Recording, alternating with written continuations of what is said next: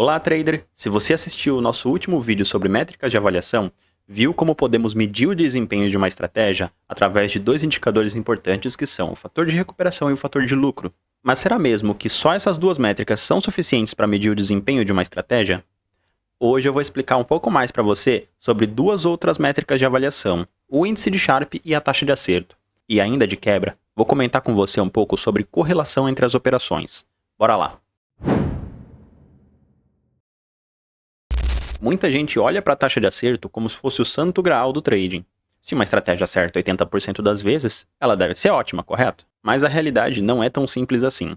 Hoje vamos dividir esse assunto em dois tópicos, emoção e estatística. Falando primeiro de emoção, a taxa de acerto pode ser usada como uma métrica emocional na sua estratégia de trading. Quem acerta bastante tende a ficar mais confiante naquilo que está fazendo, o que pode ser ótimo, até que a estratégia começa a falhar. E o inverso também é válido.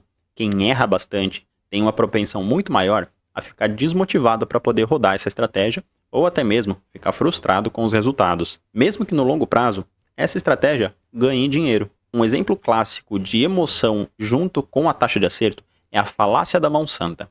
Se um trader acerta 4 operações consecutivas, provavelmente ele vai alavancar a próxima operação, o que pode ser uma armadilha gigante, pois a próxima operação estatisticamente pode ser uma operação perdedora. Agora, no caso inverso, se um trader erra 80% das vezes e acerta uma operação que paga todos os custos e ainda deixa resultado, temos um problema estatístico aí também.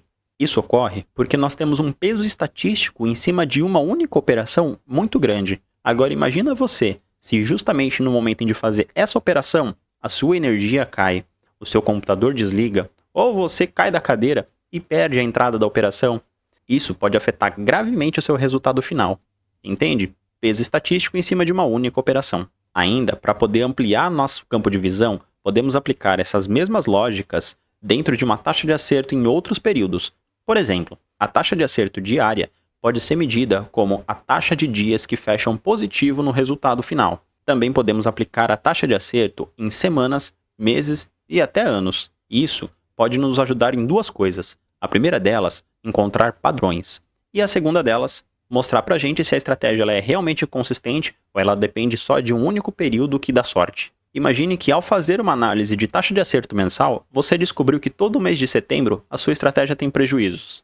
A gente pode até não saber o porquê, mas se incessantemente todos os meses de setembro tem prejuízos, pode haver um padrão aí. Outro ponto importante é nos ajudar a identificar o peso estatístico em eventos raros. Ou seja, imagine o inverso, que uma estratégia só consegue fechar o ano positiva porque ela acerta no mês de agosto muitas operações e encerra esse mês com lucros desproporcionais.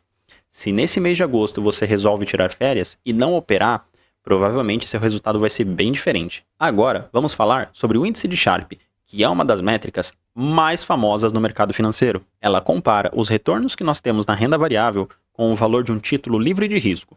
Por exemplo, qual o retorno que a gente teve aplicando numa carteira de Ibovespa frente a uma carteira de renda fixa? Mas um ponto muito importante.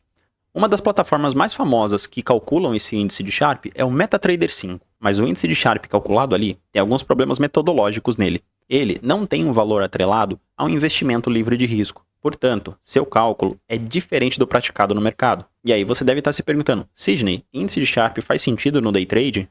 Faz. Isso porque muitas vezes, na nossa correria do day trade, nós esquecemos que existem títulos de renda fixa e títulos livres de risco. O índice de Sharpe pode ser usado para comparar os nossos retornos do day trade com outras modalidades de investimento. Agora, vamos falar sobre um outro conceito pouco comentado, mas extremamente importante para o day trade: a correlação entre operações. Sidney, o que você quer dizer com correlação entre operações?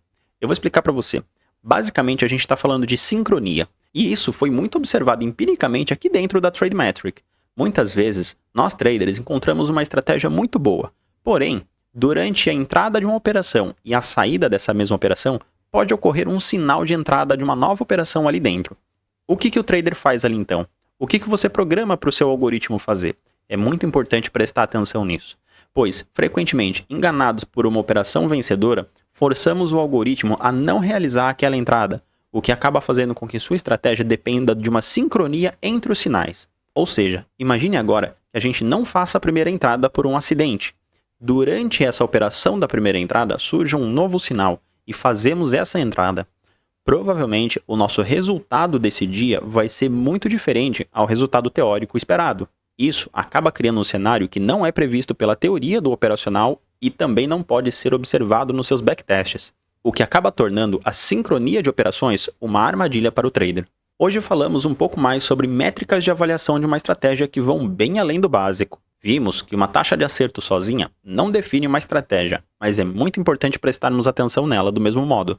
E também vimos que existem métricas que podem nos ajudar a comparar o nosso day trade com outras modalidades de investimento. Então não se esquece, se você gostou do conteúdo, deixa seu like aqui embaixo, se inscreve no canal e fique atento na nossa playlist de teste de robustez.